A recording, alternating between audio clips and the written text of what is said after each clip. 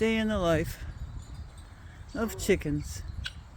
They just got scared because they saw buzzards flying in the sky. There's a whole bunch of them in a tree back here. You can see them through these trees. There's another tree full of them. This one's only got like 6. They were flying all over the place. Chickens were getting worried.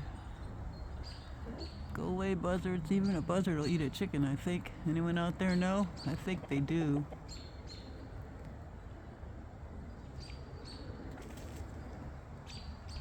Run, little chickens, run.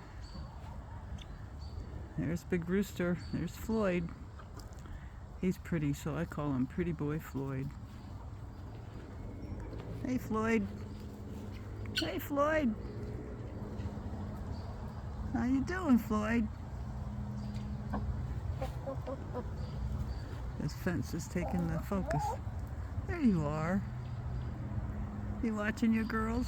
You watch those buzzards. They will get you. But you'll beat them up, won't you? And that's a guinea. Strange looking bird. Got him from a neighbor. She didn't want him anymore. It's a very strange bird. They're kind of like chickens.